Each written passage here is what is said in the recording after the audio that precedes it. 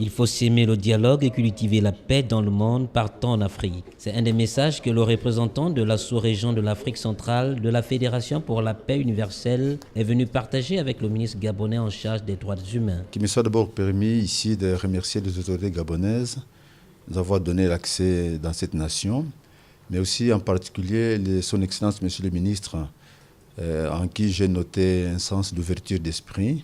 La paix, nous la définissons comme étant un principe actif d'équilibre, d'harmonie et de coopération à tous les niveaux. Or, au regard de l'univers entier, le seul être qui n'est pas en équilibre, c'est l'être humain. La question de la paix en Afrique centrale préoccupe plus d'un. Avec le Boko Haram qui sévit au Cameroun, l'instabilité sociopolitique en Centrafrique et l'approche des échéances électorales, le dialogue, la paix pour la sous-région doit être cultivé. La paix, c'est l'aspiration de tous les âges.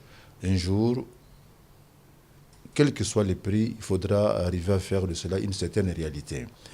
Dans le cas de la sous-région, je peux me tromper, mais ma petite mémoire m'explique que le Gabon, dans la sous-région, est un des pays où il y a eu moins de soubresauts.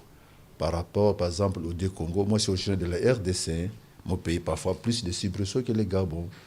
Il faut construire la paix en Afrique et en particulier dans la sous-région. Cette construction exige la recherche des solutions, le dialogue, de tolérance et de respect des droits humains.